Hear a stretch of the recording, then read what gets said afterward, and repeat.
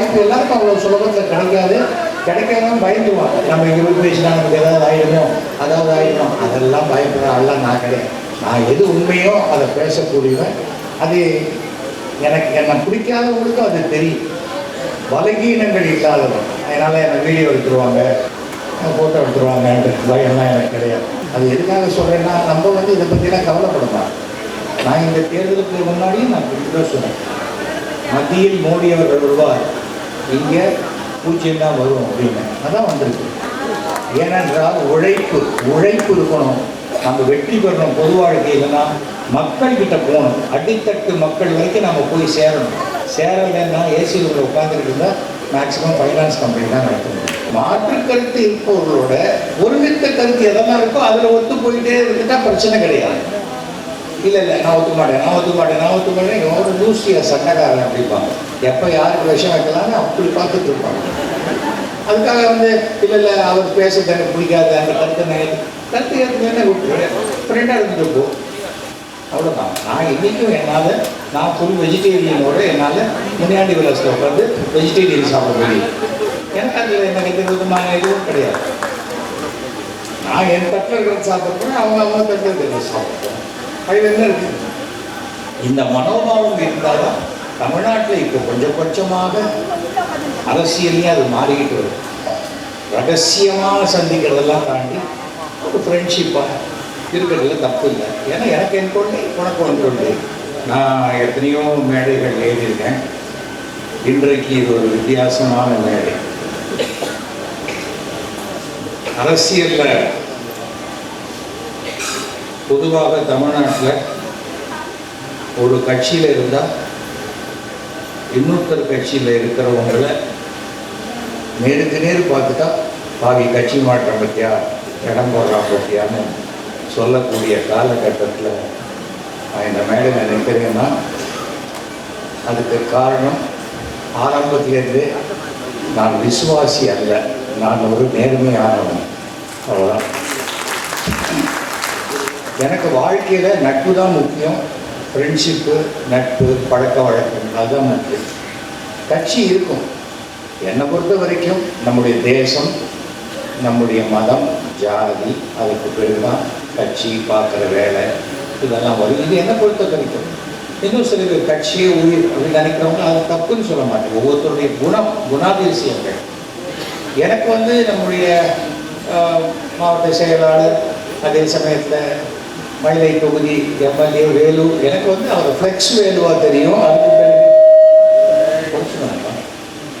அவர் எனக்கு ஃப்ளெக்ஸ் வேலுவாக தெரியும். அப்புறம் நண்பராக தெரியும். நான் எம்எல்ஏ ஆகும்போது எனக்கு எதிராக வேலை செய்தவராக தெரியும். ஏன்னா அவர் வேறு கட்சி இல்லையா, அதுக்கு நம்ம வருத்தப்படக்கூடாது. நீ எனக்கு எதிராக வேலை செஞ்சதில்ல, அந்த மாதிரியான விரோத மனப்பான்மையோ இதை வச்சுட்டு இருந்தால் நம்ம வாழ்க்கையில் யாரோடையுமே பழக முடியாது. காரணம் என்னன்னா, மாற்று கருத்து இருக்கும். மாற்று கருத்து இருக்கிறவங்களோட தான் நம்ம வாழ்ந்தே ஆகணும் வாழ்க்கையில். நான் மாற்று கருத்து இருக்கிறவங்களோட வாழ மாட்டேன்னு சொன்னால் வீட்டை விட்டு வெளியில் இறங்கவே முடியாது உங்களால். அது அடிப்படையாக நம்ம புரிஞ்சுக்கணும். மாற்று கருத்து இருப்பவர்களோட ஒருமித்த கருத்து எதெல்லாம் இருக்கோ அதில் ஒத்து போயிட்டே இருந்துட்டா பிரச்சனை கிடையாது. இல்லை நான் ஒத்துக்க மாட்டேன் ஒரு லூசியா சண்டைக்காரன் அப்படிப்பாங்க. அது நமக்கு தேவையில்லை.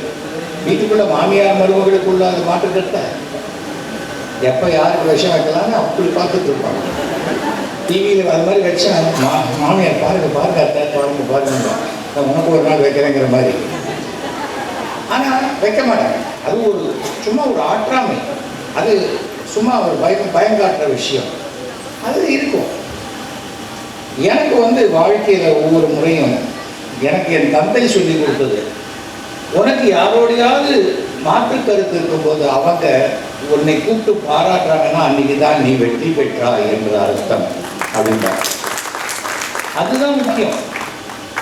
அதான் வின்னிங் ஓவர் த ஹார்ட்ஸ். நம்ம இடத்த அதை ஜெயிக்கிறோம் இதை ஜெயிக்கிறோம் இல்லை, மனங்களை வென்றவர். நான் இன்னி வரைக்கும் கலைஞர்கிட்ட சீட்டு கிடையாது, கேட்டது கிடையாது. ஆனால் அவர் மனதில் சிம்மாசனம் போட்டு என்னை உட்காந்து வச்சிருக்காங்க. அதுதான் பெரிய விஷயம். கலைஞர் வீட்டுக்கு நான் போயிட்டு பேசிட்டு வருவேன். கீழே கத்துவான், டே என்ன நான் பாட்டு கட்சிக்காரன் பார்க்க முடியாத உட்காந்துங்க, நீ போகிற பொசுக்கு பார்க்குற உட்கார 2 மணி நேரம் நீச்சு வர அப்படின்பா. எப்போ நான் அவர் வீட்டுக்கு போனாலும் ஒன்று முதல்ல கூப்பிடுவார், இல்லைன்னா கடைசியில் கூப்பிடுவார், நடுவில் கூப்பிட மாட்டார். ஏனென்றால் அதுக்கு உண்டான அந்த டைம் அது கொடுப்பார். ஆனால் மாற்றுக்கருத்து நிறைய இருக்குது. நீங்கள் பார்த்துருப்பீங்க, கலைஞர் யாரையாவது ஒரு வார்த்தை அவர் நேரடியாக அவர் எழுதிட்டார்னா அவன் அரசியலில் உயர்ந்து விட்டான் என்று அர்த்தம். இல்லைன்னா அவர் பதிலே சொல்ல மாட்டான். யார் வேணால் பேசிக்கணும்னு விடுவாரே தவிர பேசணும். இப்போ மேடையில் திண்டுக்கல் லியோனியும் நானும் ரொம்ப நாளாக போராட்டக்காரர்கள். என் கேசட் இருக்குது, அவர் கேசட் இருக்குதாங்கிறது தான் எங்களுக்கு சண்டையே இருக்கும். சண்டை கிடையாது, எங்கள் பேரை வச்சுங்க. நாங்கள் திண்டிவனத்தில் எவமா தூக்க காலத்தில் இருந்தால் கூட அது 1 மணிக்கு சிரிச்சுக்கிட்டே ஒன்று கடிச்சிட்டு இருக்கோம் ஓரமாக போய். ஏன்னா அவர் போட்டிருப்பார், பழைய கணவனா புது கணவனா, பழைய வீடா புது வீடா அப்படின்ற மாதிரி அவர் தலைப்பு பட்டிமன்றம். நம்மளுக்கு ட்ராமா எல்லாம் ஆக மொத்தம் எல்லாமே 1 ஹவர். ஸோ அதுலேருந்து எனக்கு என்ன பெருமை என்றால், திண்டுக்கல் லியோனியை முதல்ல அமெரிக்காவுக்கு அழைத்து சென்றவன் நான். அது நான் தான் என்ன சும்மா கூப்பிட்டு போனேன். டிக்கெட்லாம் வேற ஒருத்தர் தான் போட்டாங்க. அது அமெரிக்காவில் இருக்கக்கூடிய அங்கே தமிழ் மாநாடு, அந்த தமிழ் மாநாட்டில் ஒரு மீட்டிங் தான் பேசினார். அதுக்கு பிறகு அத்தனை மீட்டிங் ஃபிக்ஸ் ஆகிடுச்சு அவருக்கு. ஏனென்றால் அந்த இன்டர்நெட் ஃபிக்ஸ் பண்ணி ஃபிக்ஸ் பண்ணிங்க கடைசியில் சுற்றி பார்க்கணுங்கிற கேப்பெல்லாம் பேசும்போதே அப்படியே பார்க்க முடியாயிடுச்சு. ஏன்னா அந்த மாதிரி ஒரு டூர் பண்ணார். அது என்னன்னா முதல்ல ஒரு அறிமுகம், அதற்கு பிறகு தன் திறமையினால் வளர்ந்தவர் அவர். அதுக்காக இல்லை அவர் பேசுறது எனக்கு பிடிக்காது, அந்த கருத்து ஏற்றுக்கன்னு விட்டு ஃப்ரெண்டாக இருந்துட்டு போ, அவ்வளோதான். நான் இன்றைக்கும் என்னால் நான் ஃபுல் வெஜிடேரியனோட என்னால் முனியாண்டி விலாசில் உட்காந்து வெஜிடேரியன் சாப்பிட முடியும். எனக்கு அதில் எனக்கு எந்த விதமான இதுவும் கிடையாது. நான் என் தட்டில் இருக்கிறது சாப்பிட்றேன், அவங்க தட்டில் இருக்கிறது சாப்பிட்றேன். அதில் என்ன இருக்குது? இந்த மனோபாவம் இருந்தால் தான் தமிழ்நாட்டில் இப்போ கொஞ்சமாக அரசியலையும் அது மாறிக்கிட்டு வருது. ரகசியமாக சந்திக்கிறதெல்லாம் தாண்டி ஒரு ஃப்ரெண்ட்ஷிப்பாக இருக்கிறதுல தப்பு இல்லை. ஏன்னா எனக்கு என் கொண்டு உனக்கு ஒன்று கொண்டு அப்படின்னு எனக்கு கலைஞரை 1980 தெரியும். இங்கே நிறைய பேர் அதுக்கு முன்னாடி அப்புறம் தான் பார்க்கறது. 1980 முதல் சினிமா நடிக்கிறதுலேருந்து ராமநாராயணனுக்கு நான் ரொம்ப நெருங்கிய நண்பன். ஸோ ராமநாராயணன் எப்பவும் கலைஞரை கூப்பிட்டு தான் ஃபஸ்ட்டு ப்ரொஜெக்ஷன் ஃபஸ்ட் காப்பின்னு போடுவாங்க. அப்போல்லாம் சில சமயம் டபுள் பாசிட்டிவ் போட்டு காட்டுவாங்க. இவர் கரெக்ஷன் சொல்லுவார், என்ன இப்படி இருக்கக்கூடாது இப்படி இருக்கலாம் அப்படின்பார். உடனே அதை கரெக்ட் பண்ணி பண்ணுவார். அப்போ அதோடு இருந்து பார்க்கக்கூடிய பாக்கியம் எனக்கு கிடைச்சி. எந்த ஒரு விஷயமா இருந்தாலும் பார்த்த உடனே ஒரு கரெக்ஷன் சொல்லக்கூடிய அளவுக்கு ஒரு நாலேஜ்னா இது மிக அசாத்தியமான ஒன்று. அரசியலில் மத்திய அரசு, மாநில அரசு, பஞ்சாயத்து அத்தனையிலையும் வெற்றி கொடி நாட்டிய ஒரு மிக பெரும் ராஜதந்திரி என்றால் அது கலைஞர். அதில் மாற்று கருத்தே கிடையாது. சில பேருக்கு பிடிக்கலாம், சில பேருக்கு பிடிக்காமல் இருக்கலாம். அன்றைக்கி என்னுடைய அஸ்ட்ராலஜர் சொல்கிறார், கலைஞர் இறந்து போன போது என்ன சார் இப்படி ஆயிடுச்சு அப்படின்னு. பரவாயில்ல, எப்படி இன்னும் 100 வருஷத்துக்கு மேலே அவரை பற்றி தான் பேசுவாங்க அப்படிங்கிறாங்க. அப்போது அவருக்கு அந்த அந்த ராசி அந்த இதுக்கு ஒரு தடவை ரஜினிகாந்த் சொன்னார், கலைஞருக்கு கடவுளை பிடிக்குதோ இல்லையோ, கடவுளுக்கு கலைஞரை ரொம்ப பிடிச்சிருக்கு அப்படின்னு சொன்னார். அதுதான் பெரிய விஷயம். பூர்வ ஜென்ம புண்ணியம்னு சொல்லுவாங்க. எனக்கு அந்த ஒரு கலைஞனாக நான் மிக பெருமை. சினிமா இண்டஸ்ட்ரியில் எவ்வளோ பேர் இருக்கலாம், ஆனால் அவர்களை எல்லாம் விட எனக்கு அதிகமான ஒரு ஒரு அவரின் கையை பிடிச்சிட்டு பேசும்போது என் தந்தையின் கையை பிடிச்சி பேசுகிற ஃபீல் இருக்கும். அந்த உதாரணத்தை சொல்லாதீங்கன்னு ஒருத்தர் சொன்னார். எனக்கு நான் ஃபீல் பண்ணுறது சொல்லத்தான் சொல்லுவேன். இது என்ன, இதில் என்ன தப்பு இருக்குது அப்படின்னு. எல்லாவற்றுக்குள்ளேயும் ஒரு ஜாதி ஒரு இது எல்லாத்தையும் கொண்டு போயிட்டே இருக்க வேண்டியதில்லை. நான் இந்த சுகபிரம மகரிஷி அப்படின்னு ஒரு கடவுளை நான் கும்பிடுவேன். நீங்கள் பார்த்துருப்பீங்க என்னுடைய தொலைக்காட்சி தொடர்புகளும். நான் முதல்ல கலைஞரை பார்க்கும்போது இது கொடுத்தேன். என்னது இது அப்படின்னு கேட்டேன். இவர் தான் வியாசருடைய மகன், பிரம்மாவுடைய பேரன். இவர் தான் வெங்கடாஜலபதிக்கு குபேரன் கிட்டேருந்து பணம் கடன் வாங்கி கொடுத்தவர். கிளிமுகத்தோடு இருக்கார். கிளிமுகத்தோடு இருக்கார். இதே மாதிரி முகத்தோடு ஒரு பொண்ணு வந்தால் கல்யாணம் பண்ணிப்பீங்களா நீங்கள் கேட்டேன். இல்லை ஒரு பொண்ணு வந்தது, பக்கத்து வீட்டுக்கு வரும்போதே மூக்கு எங்கள் வீட்டில் இடிச்சுது, நான் வேற பொண்ணு பார்த்துட்டேன் நான் அப்படின்னு. ஆனால் அவர் ஒரு விஷயத்தை சொன்னால், எதிராளி ஒன்று சொன்னால் அதை ரசிக்கக்கூடிய ஒரு விஷயம். சட்டசபையில் ஒரு தடவை நான் சொல்கிறேன், சட்டமன்றத்தில் அபிராமபுரத்தில் நிறைய பிளாட்ஃபாரம் கடைகள்லாம் இருக்குது, எடுக்கவே முடியல. நான் அபிராமபுரம் போலீஸ் ஸ்டேஷனில் கூட சொன்னேன், அப்படியும் எடுக்க முடியல. எனக்கு அப்புறம் தான் தெரிஞ்சது அவங்கெல்லாம் பழம்பெரும் காவலர்களாக இருக்காங்க அப்படின்னு சொன்னேன். அசம்பிளியில் ஒரு சிஎம் டேபிள் அப்படி கட்ட வேண்டிய அவசியம் இல்லை. ஏனென்றால் நம்ம சொல்லக்கூடிய விஷயத்தை ரசிக்கக்கூடிய ஒருத்தராக இருக்கேன். ஒருத்தர் அப்புறம் நீங்கள் அசம்பிளிலேருந்து வரும்போது நான் வணக்கம் சொல்லுவேன். ஆனால் நான் இருக்கக்கூடிய இடத்துல இந்த வணக்கம் சொல்கிற வழக்கம்லாம் வச்சுக்கூடாதுன்னு நான் சொல்லுவேன். அதெல்லாம் நான் பண்ண முடியாது.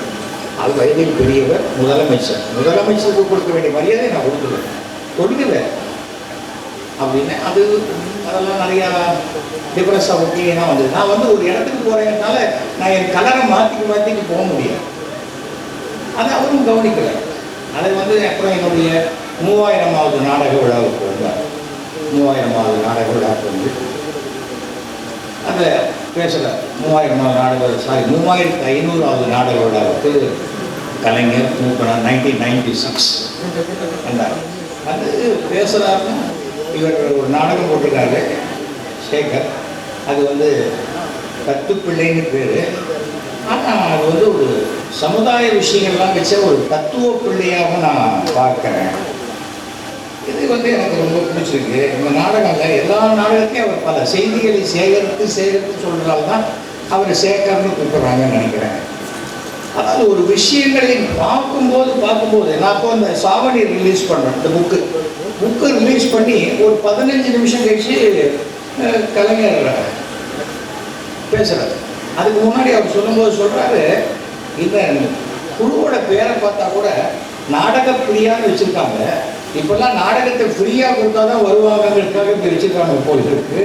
இல்லை ஃப்ரீயாக கொடுக்குற நிலைமை ஆயிடுச்சாங்கிற ஆதங்கத்தில் வச்சாரா தெரியல அப்படின்னு. அதாவது ஒரு வார்த்தையை எப்படி தமிழ் என்றால் அதுக்கு கலைஞர்னு இன்னொரு பெயர் தான் அதில் மாற்றி கிடையாது. ஒரு தடவை நானே எங்கள் ஃப்ரெண்ட்ஸ் எல்லாம் போயிருந்தோம். அவரை பார்க்கும்போது நேற்றுக்கு ஏதோ நூல் வெளியிட்டீங்களாமே அப்படின்னு என்ன கேட்டார். நான் தான் டெய்லி நூல் வெளியிட்டுருக்கேன் அப்படின்னு. அதுதான் எனக்கு தெரிஞ்ச விஷயமாச்சே, நீங்கள் தான் ஊரறிஞ்சவராச்சே அப்படின்னாரு அவருக்கு. அப்போ தான் எந்த ஊர் நீங்கள் அப்படின்னா, தஞ்சாவூர். அதான் காவேரி, இதுதான் பேசுவோம் அப்படின்னாரு. அதாவது அந்த ரசிக்கக்கூடிய தன்மை சாதாரணமாக எல்லாருக்கிட்டையும் அமையா இருக்காது. நான் ஒன்று சொல்லுவேன், மற்றவங்க சிரிக்கணும். ஆனால் மற்றவங்க சொன்னால் நான் கோவப்பட்டுருவேன், என்னை சொல்லக்கூடாது அப்படிங்கிற மனோபாவம் தான் அதிகாரத்தில் இருப்பவர்களுக்கு இருக்கும். வாயா என்ன விஷயம் அப்படிங்கிற அதை சொல்லும்போதே அவர் எதிராளியை தன் பக்கம் இழுத்து பக்கத்தில் உட்காந்து வச்சிருக்கக்கூடியார். இப்போ பேசும்போது சொன்னாங்க, அதாவது மாற்றாம் தோட்டது மல்லிகைக்கும் மனம் உண்டு அப்படின்னு. நான் அதிமுகவில் இருக்கும்போது தமிழ்நாட்டு சரித்திரத்திலேயே திமுக பொதுக்குழு அட்டன் பண்ண ஒருத்தன் நான் தான். அப்போ தான் சொன்னேன், அதாவது மாற்றாந்தோட்டத்து மல்லிகைக்கு மனம் உண்டு, ஆனால் நீங்கள் வேரோடு குடியை கொண்டு வந்து வச்சுருக்கீங்கன்னு எனக்கு இப்போ தான் தெரியும் அப்படின்னு சொன்னேன். கலைஞர் இன்றைக்குமே எந்த பிரச்சனையும் இல்லாமல் 100 ஆண்டு வாழ வேண்டும் என்று எல்லாம் வல்ல இறைவனை வேண்டுகிறேன் அப்படின்னு. இறங்கி வந்தோன்னே ஒரு மினிஸ்டர் சொல்கிறார், சார் அதெல்லாம் நம்ம கட்சியில் கிடையாது. இல்லை சார், நான் வேறு கட்சி கூப்பிட்டாங்க வந்தேன் அப்படின்னு. எதுக்காக சொல்கிறேன்னா, மனசார நான் விருப்பப்படுறது தானே நான் சொல்ல முடியும். சரி சார், நான் நாளையிலேருந்து மாற்றிக்கிறேன்னா அது ஒரு போலித்தனமாக இருக்கும். அதில் இந்த சாவணியை கொடுத்துருக்கோம். சாவணியை ரிலீஸ் பண்ணுறார். ஸ்டேஜில் ரிலீஸ் பண்ணி 15 நிமிஷம் கழிச்சு கலைஞர் பேசுகிறார். அப்போ அதுக்கு முன்னாடி மூப்பனார் பேசுகிறார். எஸ்.வி. சேகர் 3500 நாடகம் போட்டிருக்காரு. அவர் 35,000 நாடகம் போகணுன்னு நான் ஆசைப்படுறேன் அப்படின்னு வாழ்த்துறேன் அப்படின்னாரு மூப்பனார். கலைஞர் வந்தோடனே மூப்பனார் எஸ்.வி. சேகர் 35,000 நாடகம் போடணுன்றார். அதை நான் ஏற்றுக்க மாட்டேன். அவர் 3,50,000 கிராமம் போடணும், அதை விட நான் அதிகமாக வாழ்த்துறேன் அப்படிங்கிறார். அப்போ சொல்லும்போது சொல்கிறார், எஸ்.வி. சேகர் கேள்வி பதில் போட்டிருக்காங்க. அதில் எனக்கு ரொம்ப பிடிச்ச 2 கேள்வி பதில். மாடர்ன் ஆர்ட் பற்றி என்ன நினைக்கிறீங்கன்னு ஒரு கேள்வி. அதுக்கு தம்பி சேகருடைய பதில், மூளை இல்லாதவங்க கூட மாடர்ன் ஆர்ட் வரைஞ்சிடலாம், ஆனால் அதை ஒரு புத்திசாலியால் தான் விற்க முடியும். இது எனக்கு ரொம்ப பிடிச்ச பதில் அப்படின்னாங்க. அதுக்கு அடுத்தது சொல்ற, உலகிலேயே நீங்கள் நேசிக்கும் 3வது பெண் யார்?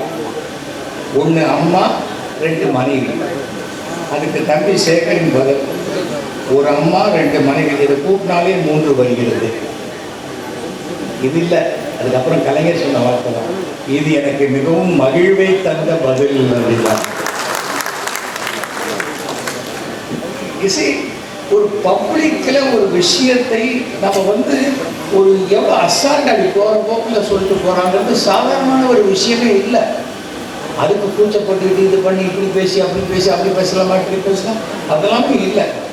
நான் இலக்கவழியில் இந்த சிலப்பதிகாரத்தையே நான் திருத்தினவன். நான் இது கர்வத்தோடு சொல்லலை. ஏன் திருத்தினேங்கிறது வடமொழி ஜானுக்கு தெரியும்.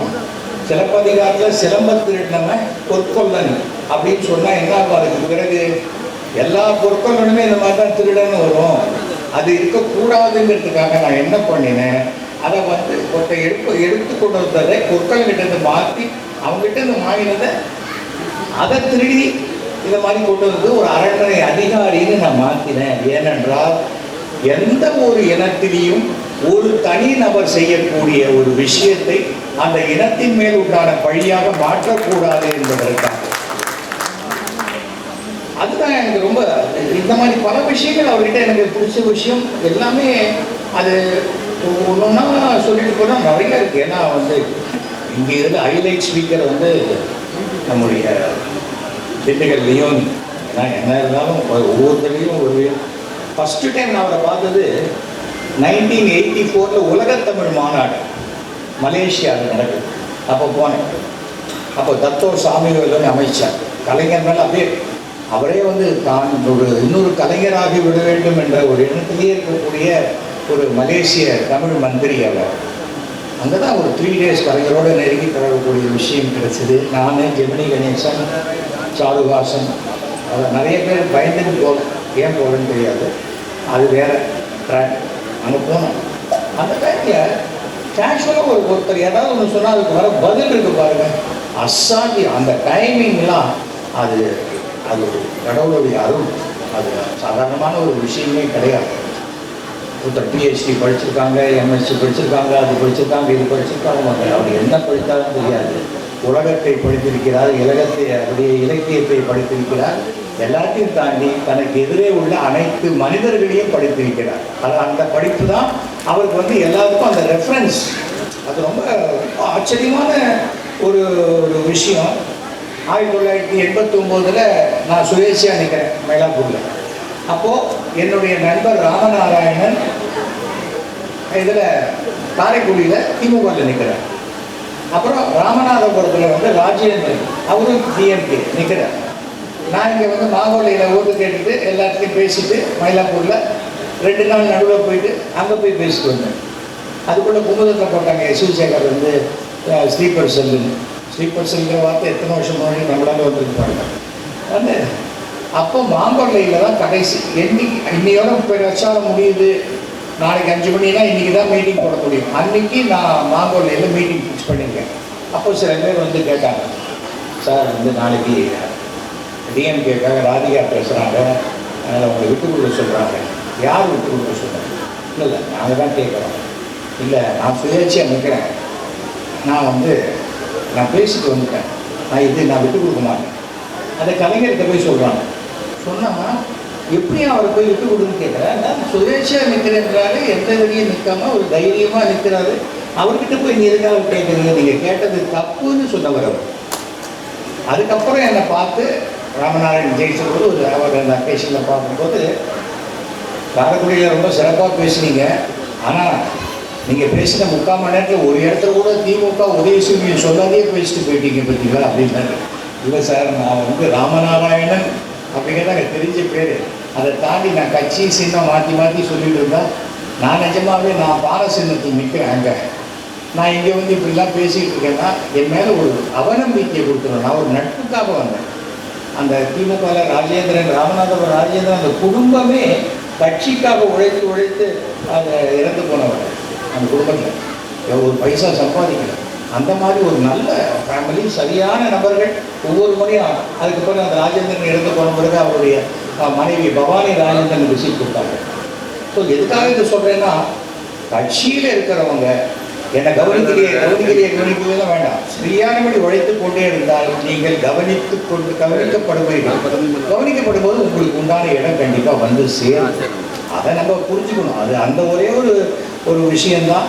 அதற்கு பிறகு நான் சுகர் படம் கொடுத்தேன்.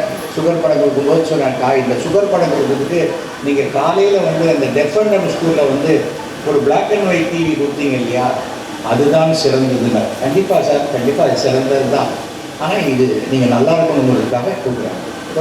எனக்கு நம்பிக்கைலாம் கிடையாது, நான் வாங்கிக்க மாட்டேன் சொல்லவே இல்லை. அதை வாங்கி வைத்து கொண்டார். ஏனென்றால் நேராக பார்க்கும்போது எந்த எதிராளி மனசும் புண்படக்கூடாது என்பதை 100%. எனக்கு அதெல்லாம் தான் பிடிச்சிது கொஞ்சம் கொஞ்சமாக. ஏன்னா அவர் ஏன் எனக்கு வேணாம்ப்பா, எனக்கு நம்பிக்கை இல்லைன்னு சொல்லிட்டா நம்ம என்ன பண்ண முடியும்? யாராவது இருக்குமே ஒரு புக்கு கொடுக்குறீங்க, எனக்கு இருக்குப்பா புக்கெல்லாம் எனக்கு வேணாம்ப்பா, ஒன்றும் என்ன பண்ணுவீங்க? அங்கேயே போட்டு விடுவோமா? பண்ண முடியாது. அதே போல் இது ஒன்று ஒரு பெரிய ஒரு விஷயம். 3500 நாடக விழாக்க நான் எப்படி திரும்ப டேட் வாங்கினேன், கலைஞரை பொறுத்து ஃபிக்ஸ் பண்ணுறோம், டிசைட் பண்ணுறோம். கலைஞர் எப்படி பார்க்குறது, என்ன பார்க்குறது அப்படின்னு என் ஃப்ரெண்டு சொன்னான். காலத்தில் 5 மணிக்கு போவோம், அறிவாலயத்தில் வாக்கிங் போயிட்டுருப்பார் அப்படின்னு. நான் கரெக்டாக ஒரு 5:15 மணிக்கு போயிட்டேன். வாக்கிங் போகும்போது பாதி அப்போ தான் முடிச்சுட்டு வரேன். 2 தடவை முடிச்சு சார் வணக்கம் சார், என்னப்பா இங்கே காலங்காலத்தால் அப்படின்னா, இல்லை என் ட்ராமாவுக்கு நீங்கள் சீஃப் கெஸ்ட்டாக வரணும், இப்படியே கூட்டு போயிடுவியா இல்லை எப்படி அப்படின்னு கேட்டேன். காட்டலாம். இல்லை சார், ஒரு முதலமைச்சரே நாம் எவ்வளோ சுலபமாக பார்க்க முடியுங்கிறதுக்கு நீங்கள் ஒரு உதாரணம் சார் அப்படின்னு. உடனே சண்முகநாதனை கொடுத்து அவருக்கு ஒரு டேட்டு கொடுத்துருப்பாரு. இதெல்லாம் 5 நிமிஷம் நடக்குது. இப்போ ஒரு சின்ன ஒருத்தர்கிட்ட போய் ஒரு குட்டி நடிகர்கிட்ட ஒரு டேட்டு வாங்கினா கூட நீங்கள் மேனேஜரை பார்த்துருங்க. அவருக்கு மேனேஜர் இருக்கிறது அவருக்கே தெரியுமா தெரியாதான் நமக்கு தெரியாது. ஆனால் சண்முகநாதன் என்பவர் ஒரு மிகச்சிறந்த அந்த மாதிரி ஒரு நிர்வாகி நான் லைஃப்பில் பார்த்ததே கிடையாது. நான் சமீபத்தில் அவர் ரிட்டையர்ட் ஆகி வீட்டில் இருக்கும்போது நான் அவர் பார்த்து அவருக்கு ஒரு நமஸ்காரம் பண்ணிட்டு வந்தேன். 80 வயசு நெருங்கக்கூடிய இடத்துல இருந்தது. நம்மை விட வயதில் பெரியவர்கள் யாராக இருந்தாலும் அவர்களுக்கு நம்ம மரியாதையை நமஸ்காரம் செய்வது எந்த தப்பு. அப்படி தான் நான் வளர்க்கப்பட்டிருக்கேன். அவர் யார் என்ன பொசிஷனில் இருக்கலாம், ஒரு பதவிக்காக காலையில் விழுவதெல்லாம் நமக்கு கிடையாது. அது உங்களுக்கே தெரியும். அதுபோல் ஒவ்வொரு விஷயங்களும் அவர்கிட்ட அவர் கூர்ந்து கவனிப்பார். சாதாரணமாக பேசுகிற மாதிரி தான் இருக்கும். பேசிகிட்டே 4 பேர்கிட்ட பேசுவார், டக்குன்னு ஒருத்தருக்கு பதில் சொல்லுவார். அந்த மாதிரியான ஒரு விஷயங்கள் கிடைக்கவே கிடைக்காது. அந்த சமயத்தில் தான் அந்த 5600வது நாடக விழாவில் நம்முடைய இன்றைய முதல்வர் அவரும் அதில் பேசுகிறார். அதில் சொல்கிறாங்க, நாடகத்தில் மட்டும் இல்லை, நேரில் பார்க்குற நேரத்தில் கூட நம்மளாம் சிரிக்க மகிழ்ச்சி அடையக்கூடிய பேசுவார். ஆனால் எந்த கட்சியும் சேராத ஒரு அடையாளத்தை இன்றைக்கி காட்டிகிட்டு இருந்தாலும் அவர் உள்ளத்தில் தலைவர் கலைஞர் அவர்கள் தான் தனக்கு தலைவர் என்ற நிலையிலேயே அவர் இருந்து கொண்டிருப்பது எனக்கு ரொம்ப சந்தோஷமாக இருக்குது அப்படின்னு. என்னை கட்சியை விட்டு எடுத்தாங்க. என்ன காரணத்துக்கு எடுத்தாங்கன்னா, நான் அன்றைக்கி நானும் அனிதா ராதாகிருஷ்ணனும் திமுகவில் போய் சேருவோம். அனிதா ராதாகிருஷ்ணன் சேர்ந்தேன், நான் சேரலை. ஏனென்றால் எனக்கு டக்குன்னு ஒரு கட்சி மாறி போகிறது எனக்கு விருப்பம் இல்லை. அதுக்கு பதிலாக எந்த கட்சி, எப்போ நான் மயிலாப்பூரில் நான் எம்எல்ஏ இல்லை, எனக்கு மயிலாப்பூரில் வேலை ஆகணும், வேலை ஆகட்டும், எம்எல்ஏ இருக்கார் வேலு, அதுக்கப்புறம் என்ன வேணும், அவ்வளோதான். எம்பி இருக்காங்க தமிழச்சி, அவ்வளோதான். அவருக்கு எல்லா இடத்துலையும் நானே இருக்கணுங்கிற அவசியம் எனக்கு கிடையாது. அதை நன்றாக புரிந்து கொண்டதுனால அவர் பேசினார். அப்படிப்பட்ட ஒவ்வொரு விஷயத்தையும் பார்த்தீங்கன்னா அவரை பற்றி நான் சொல்லிகிட்டே போகலாம். எவ்வளோ விஷயங்கள் அப்படி இருக்கக்கூடிய விஷயங்கள். ஆனால் அவர் என்னை பாராட்டினதில் ஹையஸ்ட் அந்த ஒரே ஒரு இதுதான், அந்த 5600வது நாடக விழா அன்றைக்கி சாயங்காலம் 6 மணிக்கு ஆரம்பிக்கணும். அப்போ கொஞ்சம் ஹெல்த் அவருக்கு கொஞ்சம் இதுவாகிடுச்சு. அவர் சொன்னால் அதை பார்த்தா என்னால் 3 மணி நேரம்லாம் உட்காருறது ரொம்ப கஷ்டம் அப்படின்னா, சார் நீங்கள் ஒன்று பண்ணுங்கள் சார், நீங்கள் ஒரு 2 மணி நேரம் ரிலாக்ஸ்டாக ட்ராமா பாருங்கள், 1 மணி நேரம் ஃபங்க்ஷன், கரெக்டாக நீங்கள் 6 மணிக்கு வந்தீங்கன்னா 8:58க்கு நான் உங்களை விட்டுடுறேன் சார் அப்படின்னு. அன்றைக்கு மிகப்பெரிய ஒரு அரசியல் கடுமையான ஒரு சூழ்நிலை. முதன்முறையாக கலைஞர் 6 மணிக்கு வர வேண்டியவர் 6:58 தான் ஹால் கொண்டு வரார். வந்த உடனே என்னப்பா நான் லேட்டாக வந்துட்டேனேப்பா அப்படின்ற. பரவாயில்ல சார், சொன்னபடி நாங்களே விட்டு நாங்களே எங்கள் ட்ராமாவில் ஒரு பாலிசி வச்சுருக்கோம், நாங்கள் எவ்வளோ லேட்டாக ஆரம்பித்தாலும் கரெக்டாக திரும்ப முடிச்சிடுவோம் அப்படின்னு. எப்படி அப்படின்னா உட்காருங்க உட்கார சொல்லிட்டு அப்படி கை காமிச்சு ட்ராமா ஆரம்பிச்சது. அந்த 2 மணி நேர நாடகத்தை அப்படியே பேசிகிட்டே இருக்கும்போது 1 மணி நேர ட்ராமாவாக சுருக்கி ட்ராமா முடிச்சிட்டேன். கரெக்டாக 7:58க்கு முடிச்சுட்டேன். அவர் மேடைக்கு வந்துட்டார், ஒன்று பேசுகிறார். முதல்ல மிகப்பெரிய திருவள்ளுவர் சிலையை அமெரிக்காவில் நிறுவுவதற்கு என்னுடைய மேடையை தான், இந்த மேடையில் தான் அவர் ரிலீஸ் பண்ணி விட்டார் ஃபஸ்ட்டு டைம். அது அமெரிக்காவில் நியூயார்க்கில் அவ்வளோ பெரிய வள்ளுவர் சிலை, இங்கே அவ்வளோ ஹைட் இருக்கும் வள்ளுவர். அந்த கன்னியாகுமரியில் இருக்கிற அதே மாதிரியான வள்ளுவர். அது சாதாரணமான ஒரு விஷயம் இல்லை. எனக்கு சட்டமன்ற வாஞ்சிநாதன் ஒரு டைட்டில் கொடுத்தார் கலைஞர். இது நான் வாங்கின எத்தனையோ பட்டங்களை விட மிகப்பெரிய பட்டமாக நினைக்கிறேன். வாஞ்சிநாதன் அவர்களுக்கு ஒரு மணிமண்டபம் கட்டணும்னு சொல்லி பண்ணிவிட்டு, அது காமராஜர் காலத்தில் கடைசியில் அந்த அடிக்கல்ல மாத்திரம் துணி துவைக்கிறக்கெல்லாம் மாற்றி போட்டாங்க. அதை பார்த்துட்டு தென்காசியில் இருக்குது. ஒரு தடவை குமரி அனந்தன் பார்க்கும்போது சொன்னார். அதை நான் சொன்னேன், எந்த ஜாதி அடிப்படையும் பார்க்காம ஒரு சுதந்திர போராட்ட தியாகியாக வாஞ்சிநாதன் அவர்களுக்கு இந்த மணிமண்டபம் கட்டணும்னு நான் கோரிக்கை விடுக்கும்போது அவர் சொல்கிறார், சட்டமன்ற வாஞ்சிநாதன் கேட்குறாரு, நம்ம என்ன மாட்டேன் நான் சொல்ல போகிறேன்னு சொல்லி அதை செய்து கொடுத்தவர் கலைஞர் அவர்கள். ஏன்னா இங்கே யார் என்ன கேட்குறா, அது கரெக்டான விஷயமா இருக்குதா உடனே உண்டுன்னா உண்டு, இல்லைன்னா இல்லை. அன்றைக்கி நான் நினச்சேன், அது அவர் எந்த விஷயமா இருந்தால் மயிலாப்பூரில் எந்த ஃபங்க்ஷனில் சிஎம் வர்றாருன்னா அவர் கேட்குற ஃபஸ்ட்டு கேள்வி என்னப்பா நம்ம எம்எல்ஏ வந்துட்டாரா அப்படின்னு. எவ்வளோ பேர் கேட்பாங்க. அதெல்லாம் நான் வந்தார், நீ கரெக்ட் பண்ணு அப்படிங்கிற மாதிரி இருக்கக்கூடிய சூழ்நிலையில் அது எனக்கு அந்த குடும்பத்தினுடைய அன்பு எனக்கு ரொம்ப சிறப்பாக. அதுக்காக ஒருத்தர்கிட்ட அன்பு இருக்குன்னா நான் இன்னொருத்தர் இருக்கக்கூடிய பண்பு கிடையாது. நான் ஒரு கண்ணாடி மாதிரி, எனக்கு என்ன கிடைக்கிறதோ அதை அப்படியே டபுள் டைம் நான் திருப்பி கொடுப்பேன்.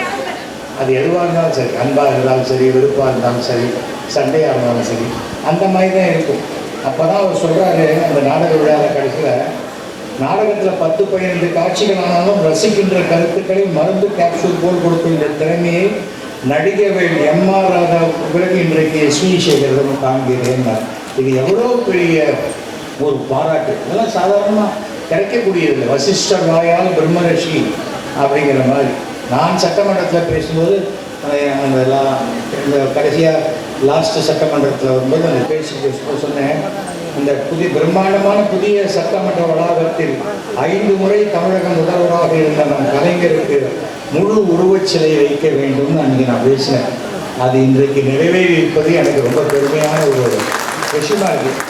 ஏன்னா நாம் ஆசைப்படுறது வேற, நம்ம ஒன்று சொல்கிறோம் அது நடந்துருச்சுங்கிறது பெரிய ஒரு விஷயம். இப்போ கூட சில பேர் என்ன சொல்கிறாங்க, இவன் சபிச்சிட்டான். நான் சபிக்கிறேன். ஒருத்தர் நொண்டி அடிச்சுக்கிட்டே வரும்போது கொடுக்குற பள்ளத்தில் விழுவான்னா உழப்போடா அப்படின்னு சொல்கிறோம். சபிச்சுட்டான்னா அதுக்கு நான் என்ன பண்ணுறேன், அதுக்காக சொல்கிறேன். அது எந்த இடத்துல இருந்தாலும் அது என்னுடைய குணம். நான் இது ஒரு நான் வேலூருக்கே சொன்னேன், இந்த கலைஞர் 100ஆண்டு விழா ஃபங்க்ஷன் நடக்கும்போது எனக்கு ஏதாவது நான் ஒரு நாள் திடீர்னு நானே உங்கள் மேடையில் பேசிட்டு போகிறேன் பாருங்க அப்படின்னா, அதெல்லாம் வேணாம், நான் கூப்பிட்றேன் அவங்களை கரெக்டாக வாங்க அப்படின்னு தான். ஏன்னா வேலூர் போன்றவர்களுக்கு கூட நாம் ஒருத்தர் அழைக்கிறது அவங்களுக்கு ஏதாவது தர்மசங்கடம் ஆகிடக்கூடாதுன்னு நினைக்கக்கூடிய நல்ல மனம் கொண்டவர் தான் வேலூர் போன்றவர். எனக்கு ஸ்டாலின் அவர்கள் நல்ல நண்பர்னு சொல்லிக்கிறது எனக்கு பெருமை. நீ நண்பர் அவர் சொன்னாராமா, புக்கை கொடுக்க அருமை நண்பர் திரு எஸ்.வி. சேகர் அவர்களுக்கு அன்புடன் மு.க. ஸ்டாலின் கையெழுத்து கொடுக்கும். அதனால் இல்லை நான் இல்லாத சொல்லி நம்ம என்ன பண்ண போகிறோம், நாங்கள் ஃபோட்டோவை பெருசாக மாட்டி டேக்ஸ் கட்ட மாட்டேன்னு சொல்ல போகிறேன். அதெல்லாம் ஒன்றும் கிடையாது. என்னை பொறுத்த வரைக்கும் ஒழுங்காக நாம் சட்டத்தை மதித்து நிறுத்தால் சட்டம் நமக்கு பாதுகாப்பு கொடுக்கும். அந்த நம்பிக்கை எனக்கு இருக்கிறது. அந்த கலைஞர்கிட்ட கற்றுக்க வேண்டியதுன்னு பார்த்தா அவர் புக்கை படித்தாலும் சரி, அவருடைய பேச்சுக்களை பார்த்தாலும் சரி, கற்றுக்கிட்டே இருக்கலாம் லைஃப்பில். ஒருத்தன் எப்படி தைரியத்துடன் துணிச்சலுடன் தன்னம்பிக்கையுடன் எதிரிகளை எதிர்கொள்வது எப்படிங்கிறது கலைஞர்கிட்ட கற்றுக்க வேண்டிய ஒரு முக்கியமான ஒரு விஷயம். ஒரு கலைஞனாக இன்னைக்கு இந்தியாவிலேயே மிகப்பெரிய கலைஞர்னா அவர் ஒருத்தர் தான், வேற யாருமே கிடையாது. அப்படிப்பட்ட கலைஞரை பற்றி பேசக்கூடிய வாய்ப்பு எனக்கு கிடைச்சது. நான் மிகவும் பெருமை அடைகிறேன். இந்த மாதிரி வாய்ப்பு எல்லாருக்கும் அவ்வளோ சுலபத்தில் கிடைக்காது. கிடைக்காதான் பயந்துவான். நம்ம இங்கே பேசினா நமக்கு ஏதாவது ஆயிடுமோ அதெல்லாம் பயப்படுற ஆள்லாம் நான் கிடையாது. நான் எது உண்மையோ அதை பேசக்கூடியவன். அது என்னை பிடிக்காதவங்களுக்கும் அது தெரியும். பலகீனங்கள் இல்லாதவன். அதனால் என்னை வீடியோ எடுத்துருவாங்க, ஃபோட்டோ எடுத்துருவாங்கன்ற பயம்லாம் எனக்கு கிடையாது. நான் யாரையும் சொல்ல, சாதாரணமாக பேசினாலே நீங்கள் ஏதாவது நினச்சிக்கிறீங்க. அது எதுக்காக சொல்கிறேன்னா, நம்ம இதை பற்றிலாம் கவலைப்படலாம். நான் இந்த தேர்தலுக்கு முன்னாடியும் நான் இப்படிதான் சொன்னேன், மத்தியில் மோடி அவர்கள் வருவார், இங்கே 0 தான் வரும் அப்படின்னு. அதான் வந்திருக்கு. ஏனென்றால் உழைப்பு இருக்கணும். நம்ம வெற்றி பெறணும். பொது வாழ்க்கையில்னா மக்கள்கிட்ட போகணும். அடித்தட்டு மக்கள் வரைக்கும் நம்ம போய் சேரணும். சேரலைன்னா ஏசியில் உட்காந்துட்டு இருந்தால் மேக்ஸிமம் ஃபைனான்ஸ் கம்பெனி தான் நடத்தணும். அதை நம்ம தெரிஞ்சுக்கணும். அதுக்காக சொல்கிறேன். நான் யாரையும் குறிப்பிட்டுலாம் பேசலை. அந்த மாதிரி இந்த மேடையில் அப்படி பேசுறது சரியாக இருக்காது. அதனால் நன்றி, வணக்கம், ஜெய்ஹிந்த்.